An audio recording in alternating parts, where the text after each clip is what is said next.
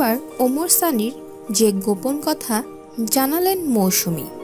ডালিউডের প্রিয় জুটি ও সফল তারকা দম্পতি ওমর সানি ও মৌসুমী, তাদের নিয়ে দর্শক আগ্রহের শেষ নেই। যদিও একে অপরের বিষয়ে শুধু প্রশংসাই করেছেন, কিন্তু সম্প্রতি সানির কিছু গোপন খবর জানালেন মৌসুমী। রানীগুড়া মশলার শুভেচ্ছা দূত হিসেবে যুক্ত হয়েছে তারা। সম্প্রতি শুভেচ্ছা দূত হিসেবে চুক্তিবদ্ধ হওয়ার সময় সানিকে নিয়ে কথা বললেন মৌসুমী। মৌসুমী বললেন, মশলার বিষয়ে সানি সাহেব একটু বেশি চুজি। এ নিয়ে সানির কিছু গোপন কথা আছে যা অনেকেই জানেন না।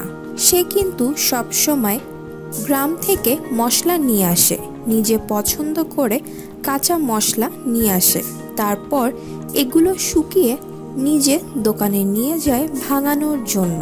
এমনকি মাঝে মধ্যে মেশিন বাসায় নিয়ে আসে, নিজে দাঁড়িয়ে থেকে ভাঙায়। শুধু মশলা নয়, সরিষার তেলটাও নিজেই ভাঙিয়ে ব্যবহার করেন। মৌসুমী আরও বলেন, আমার বাসায় কোনো কোম্পানির প্যাকেটজাত মশলা ব্যবহার করি না। গন্ধটা পছন্দ হয় না, কারণ এসব মশলায় বাড়তি গন্ধ যুক্ত করা হয়।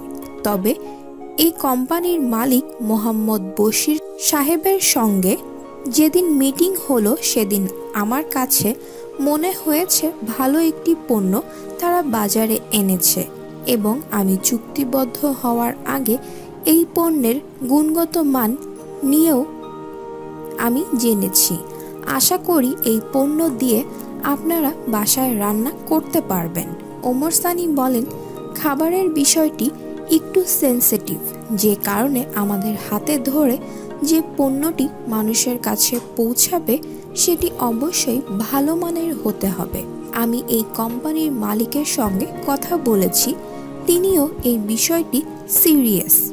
আর মৌসুমীর বিষয়ে বলতে চাই, সে এর আগে যে কোম্পানির শুভেচ্ছা দূত হিসেবে কাজ করেছে সেটাতেই সোনা ফেলেছে।